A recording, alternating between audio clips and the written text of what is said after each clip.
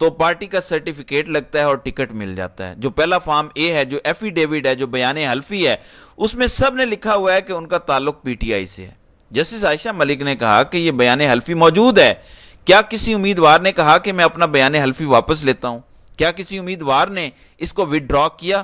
اگر نہیں کیا تو آپ نے کیسے فیصلہ کر لیا کہ وہ آزاد امیدوار ہے؟ اس پر بھی الیکشن کمیشن جو ہے وہ آئیں بائیں شائیں کرتا رہا, لیکن مطمئن کرنے میں پوری طرح سے ناکام ہوا.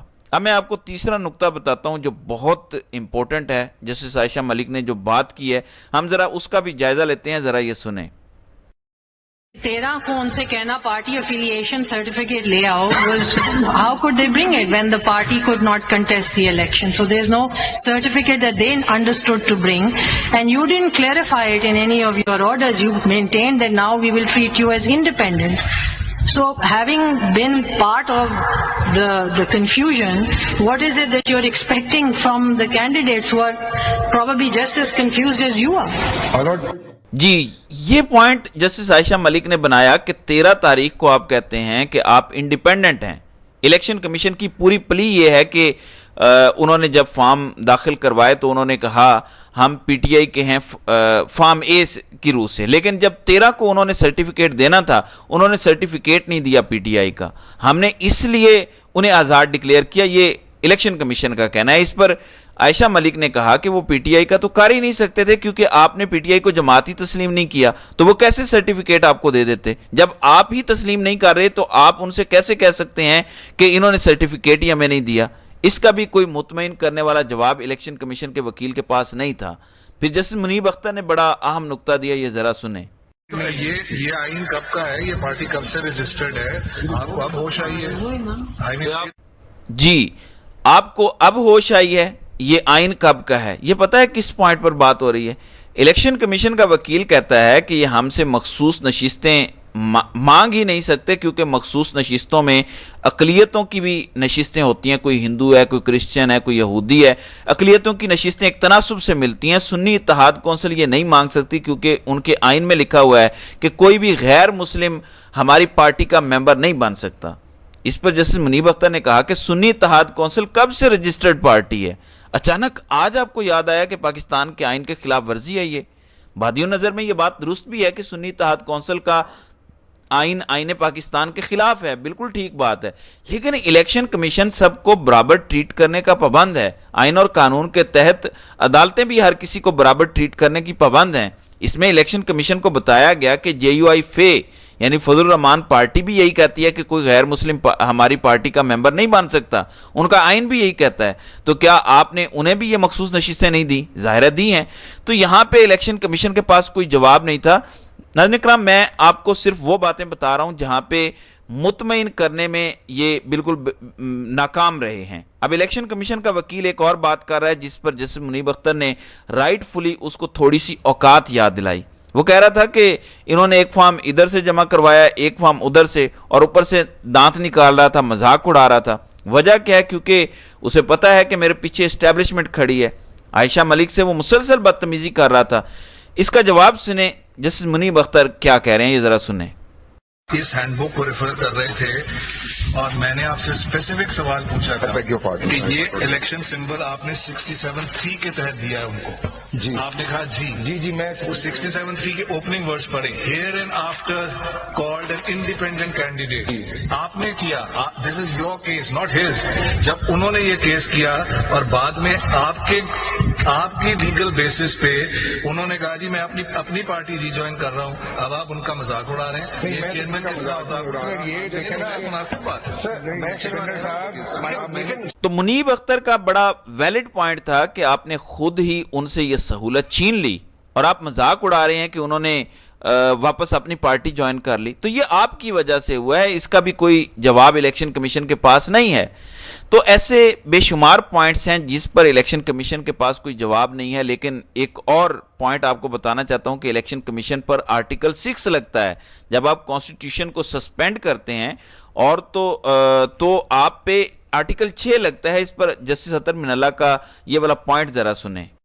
When you again and again are talking about the text of the Constitution, read Article 17.